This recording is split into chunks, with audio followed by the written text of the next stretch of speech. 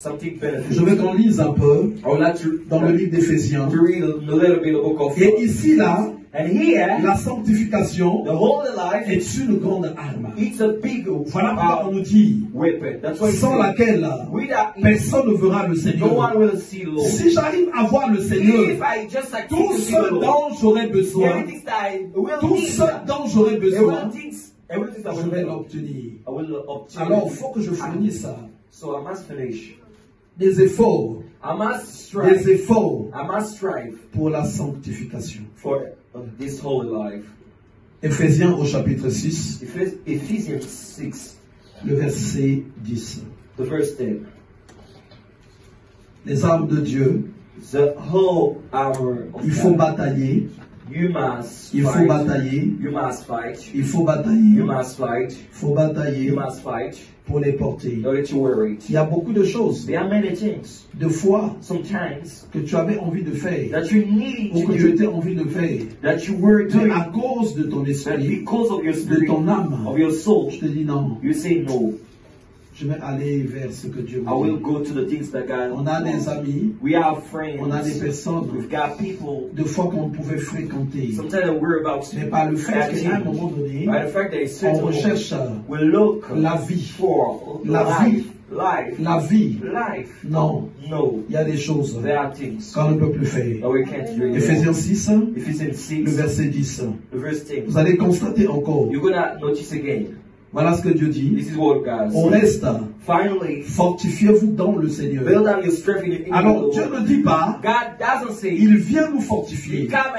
Mais nous, on doit se lever et que je commence à me fortifier dans le Seigneur. Le verset 11, c'est là que je voulais arriver. Revêtez-vous de toutes les armes de Dieu afin de pouvoir tenir ferme contre les ruses du diable.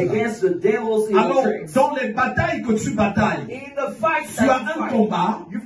Sache que le pasteur ne viendrait jamais porter les armes à ta place. Non. Il peut prier pour toi. Mais toi, tu seras toujours sans armes. Si tu es sans armes et que l'ennemi vient, comment ça va se passer? Il va te délasser. Il va te détruire. Et là, on nous dit ceci. Revêtez-vous de toutes les armes de Dieu. Alors, c'est nous qui devons faire le pas pour porter les armes de Dieu. Les armes de Dieu, je dois les porter afin de pouvoir tenir ferme contre les autres.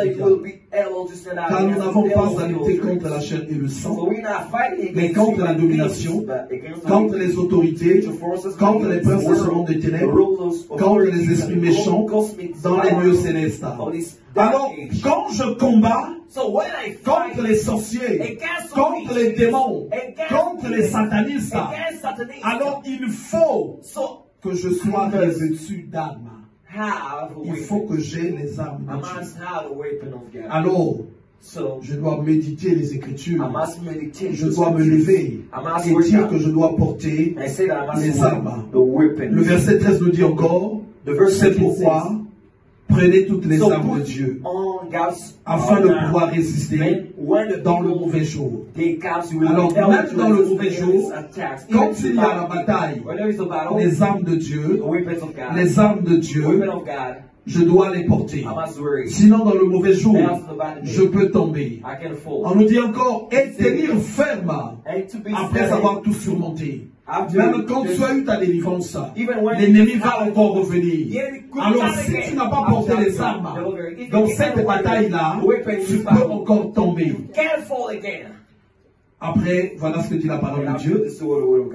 On va commencer à nous citer les différentes armes. Ayez à vos rangs la vérité pour ceinture. L'arme de la vérité. Un enfant de Dieu, quand tu ne t'es pas levé pour avoir cette arme-là, tu vas échouer. La vérité, en fait, c'est quand tu te connais, en fait. Tu connais les esprits qui te combattent. Tu les connais même de nom. Tu connais à quoi tu es confronté. Tu connais qu'est-ce que tu as. Et tu connais aussi ce que Dieu te donne pour résister à ça. Pour résister à ça. Imaginez un peu, une personne est consciente qu'en vérité, moi, la chose qui me perturbe, c'est la sorcellerie. Moi, la chose qui me perturbe, c'est tel péché. Moi, la chose qui me combat, c'est telle chose. Tu vas chercher à savoir quel esprit est caché derrière ce péché. Tu vas chercher à savoir comment on vit pour avoir l'autorité en face de ces choses. Regardez un peu. Une personne, par exemple, qui est en proie au mari de nuit ou aux femmes de nuit. Tu ne t'habilles pas bien. Tu ne t'habilles pas décemment. Mais n'espère pas obtenir une victoire sur les maris ou femmes de nuit. Non. Ça, c'est déjà une porte chez eux. Et ça, là, c'est toi qui dois regarder. C'est toi qui dois voir ce que dit la parole de Dieu. C'est toi qui dois méditer. Quand tu n'es pas bien vêtu, quand tu n'es pas vêtu décemment, tu vas attirer les maris ou femmes de nuit. Tu vas les attirer. Et cette vérité-là, si tu ne l'as pas acceptée et que tu ne prennes pas la décision, que tu changes par exemple ton accoutrement, en fait, il y aura des allers-retours dans les milieux de défense. Tu vas partir et revenir. Tu vas partir et revenir. Ça se fera parce qu'en fait, tu ne prends pas la vérité. La faiblesse. Où est ta faiblesse? Tu vas connaître. Je connais cette vérité. Il y a des gens qui ont des faiblesses. Qui ont des faiblesses. La faiblesse est différente d'un péché, par exemple, chronique. La faiblesse, ça peut être de l'alcool, ça peut être de la cigarette, ça peut être de la débauche, ça peut être beaucoup de choses qui peuvent être liées à la faiblesse. Mais quand tu connais ça, tu vas commencer aussi à étudier comment tu fais pour tomber ou comment l'ennemi fait pour te faire. Comment l'ennemi fait pour te faire tomber. Celui qui sait par exemple, je suis combattu par les puissances des eaux qui me réclament. Mais il faut que tu comprennes. C'est quoi les puissances des eaux? Comment ils font pour avoir le dessus sur moi? Comment ils font pour me combattre? Tu vas voir aujourd'hui, il y a une personne qui est combattue par les maris de Dieu. Ça fait 5 ans. Ça fait 10 ans qu'elle est prise. Mais si tu lui poses des questions, il ne connaît rien des maris. En fait, il y a quelque chose qui ne va pas. Il n'a pas voulu porter l'arme de la vérité. Il n'a pas voulu porter ça dans sa vie. On lui dit, ayez à vos rangs la vérité pour ceinture. C'est une grande arme. Voilà pourquoi Jésus a dit en vérité, il y a des gens qui disent moi je vais servir le Seigneur. Oui, mais tu vas servir le Seigneur. Est-ce qu'en vérité, tu connais comment tu vas servir le Seigneur? Et en vérité, tu connais les combats de ceux qui sont combattus aux esprits des eaux. Quel combat ils rencontrent quand tu dois servir le Seigneur? Est-ce que tu connais? Il faut que tu connais cette vérité. Quand tu connaîtras cette vérité, tu vas savoir qu'est-ce que tu vas commencer à combattre. Qu'est-ce que tu vas commencer à combattre? Il y a des gens, tu es marié, mais en vérité, tu ne connais pas la sorcellerie du lieu où tu t'es marié. Mais quand tu vas voir, ce n'est pas digne d'un enfant de Dieu. Il faut que tu connaisses. Il faut que tu connaisses. Même si ton mari ou ta femme prie, est-ce que c'est sa famille qui prie? C'est lui qui prie. Mais il faut que tu connaisses quelle est la sorcellerie. Parce que quand tu l'as connue, ça va t'emmener à préserver même tes enfants par rapport à cette sorcellerie-là. Quand tu la connais, imagine un peu. Tu es marié quelque part. Pendant que tu es marié et que tu ne connais pas que la sorcellerie qui travaillent au milieu d'eux, pour base par exemple, leurs réunions par exemple familiaux, leurs réunions familiaux, c'est là que ça se manifeste, c'est là qu'il se fait des rituels, parce que dans les réunions familiaux, il peut se faire des rituels, très rapidement, très discret. Il y a des familles, quand tu se retrouves avant la réunion, ils vont prendre de la boisson au sol et ils vont parler. Tu vas croire que c'est quelque chose d'ordinaire, mais c'est leur communion aux esprits familiaux. Automatiquement, ils sont connectés. Quand tu connais ça, est-ce que tu vas accepter une réunion dans ta maison? Tu n'accepteras plus. Parce que quand ils vont faire ce rite-là dans ta maison, automatiquement, ta maison devient connectée à ça. Ils sont partis, mais la connexion est restée. Celui qui connaît ça va dire même à son beau-père, à sa belle-mère, à qui que ce soit, vraiment la réunion n'aura pas lieu. Qu'il pleuve ou qu'il neige, il va interdire cela. Et quand on parle de la vérité, ça a un rapport avec notre environnement, avec tout ce que nous vivons. C'est en rapport avec ça. Alors quand j'arrive dans le Seigneur, je commence à lutter. Il faut que je porte ces armes. Quand tu ne connais pas la vérité, le partenaire qui est à côté de toi peut te bouffer. Il peut te bouffer. Il peut te faire tomber. Parce que la vérité, ce n'est pas les versets bibliques. Mais la vérité, c'est une vie profonde. C'est une vie profonde. Une vie profonde. Alors il faut que je m'engage à rechercher cette vérité dans la prière, auprès de Dieu, dans la marche. Mais tu ne l'auras pas si tu ne disposes pas ton esprit à la prière. Vous savez, dans le combat spirituel, celui qui n'a pas compris ce que le diable veut faire, il a déjà échoué. Il faut que tu comprennes. Il y a des gens, quand tu l'entends, qui te combattent.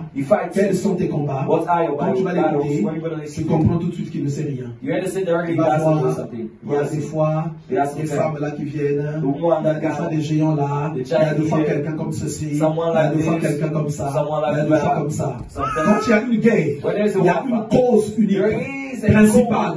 Les autres là, c'est des causes indirectes. Alors dans ta bataille, tu dois connaître la cause directe. Qu'est-ce que l'ennemi veut de toi? Qu'est-ce qu'il veut faire de toi? Il y a des gens, quand ils sont nés, ils ont été préparés. Ils ont été choisis dans le monde des ténèbres pour être des princesses, être des reines.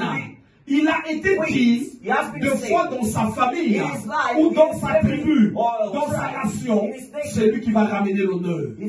Parce qu'il doit être dans les grandes lieux. Mais c'est le monde de ténèbres qui l'a décidé. Si tu ne connais pas cette vérité-là, voilà pourquoi beaucoup de personnes, surtout beaucoup de femmes, se voient dans les visions. Des fois, ils se voient. Il était marié à un preston. À un ministre. Des fois, il était dans les grands milieux. Il était des fois comme ceci. Quand tu fais ces visions-là, en vérité, si tu recherches Dieu, tu finiras par comprendre. On t'avait prédestiné quoi? Et si tu es comme ça, l'homme qui va se marier avec toi n'aura jamais de paix. Il n'aura jamais de paix. Parce qu'en vrai de vrai, il vient s'opposer au plan du monde des ténèbres. Toi, il a été dit, tu dois marier des ministres, tu dois marier des présidents. Voilà qu'une personne qui n'a que sa Bible vient se marier à toi. Le monde des ténèbres s'énerve. Et cet homme-là va être mal traité. Imagine un peu que toi, tu ne connais pas ces choses-là. Mais en fait de faire à quoi tu vas renoncer? À quoi tu vas renoncer? À rien. Tu vas renoncer à rien. Parce qu'en vrai de vrai, tu ne connais pas. Et si on pose aujourd'hui la question aux gens, à quoi tu renonces? Nombreux sont perdus. Ils ne savent pas à quoi ils renoncent. Chacun doit savoir qu'est-ce que les démons ont préétabli pour lui. D'après les démons, qui il devait être.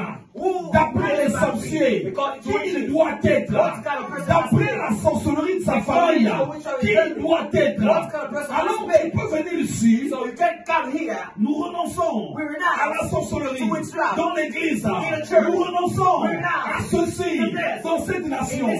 Mais les démons sont tout tranquilles, parce qu'ils savent que tu n'as pas renoncé à ce que eux, ils ont choisi que tu dois être, à ce que tu dois être. Il y a d'autres femmes, tu as été choisi, toi tu as été choisi pour dominer ton mari, pour faire de lui tout ce que tu veux, patachou, galette, beignet, tout ce que tu veux. Mais alors, tant que tu n'as pas reçu la révélation et que tu renonces à ça, tu n'es pas dans la vérité. Tu n'as pas encore revêtu l'âme de la vérité. Une prière de 10 ans peut être sans effet quand tu n'as pas compris la vérité. Quand on a compris la vérité, tu peux prier en 3 mois, en 6 mois, en 1 semaine, tu as le résultat. Mais celui qui n'a pas la vérité peut prier 10 ans, il ne se passe rien. Il ne se passe rien. Mais il y a quelqu'un qui connaît la vérité, qu'on lui a fait asseoir sur un fauteuil dans le monde des ténèbres. C'est une princesse. Il dit ouais, c'est ce qu'ils ont fait de moi. Alors il va commencer à renoncer. À renoncer. Je ne suis pas une princesse. Et surtout les filles, mon frère sans sœur, ah oui, moi je suis une princesse. Quand on l'appelle ma princesse, elle était contente. Est-ce que tu sais ce que ça représente? Demande bien. Peut-être que tu es véritablement une princesse. Or, si tu es une princesse, dans le monde des ténèbres, il y aura obligatoirement un serpent qui va veiller sur toi. Un serpent qui va être autour de toi, qui va te lier, qui va marcher avec toi. Et l'homme qui sera à côté de toi, il fuira. Un autre viendra. Il fuira. Un autre viendra. Il fuira. Et tu auras un caractère d'une femme sûre. Une femme, en vrai de vrai, quand tu regardes sa nature, elle n'a pas besoin d'homme. Toutes les femmes qui sont comme ça ont été établies dans le monde des ténèbres. Alors que Dieu, dans son plan, la femme a besoin de son maître, a besoin de là où il vient, parce qu'il a été tiré d'une corde. Quand il n'est pas à côté de la personne d'où il a été tiré, elle ne peut pas être à l'aise. Chaque femme que tu vas voir, ils se sont à l'aise. Et en tout cas, vraiment, c'est comme ça. Elle n'a pas besoin. Tu sens qu'elle n'a pas besoin d'homme. Il faut que tu saches qu'il y a quelque part une élévation dans le monde des ténèbres. Mais ces élévations-là vont être différentes. C'est toi quand tu dis à Dieu, je veux revêtir l'âme de la vérité. C'est là où Dieu va te révéler au fur et à mesure. Il y a surtout chez les femmes, sont ceux qui sont prévus pour faire la richesse de la famille, pour faire l'honneur de la famille. Vous allez voir, quand Dieu dit à Gédéon, va détruire l'autel qui est dans la maison de ton père, vous allez voir même toute la nation s'est ameutée, parce que dans cet hôtel-là, ils avaient un bénéfice. Il y a des gens, tu as épousé quelqu'un, tout le monde est contre cet homme-là. Même des fois les gens qui ne sont pas de cette famille-là.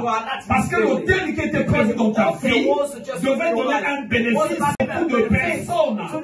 Parce que même aux femmes qui est mariée à un ministre, à un président, à un homme élevé, mais c'est toute ta famille après qui ressent toute une région, toute une nation.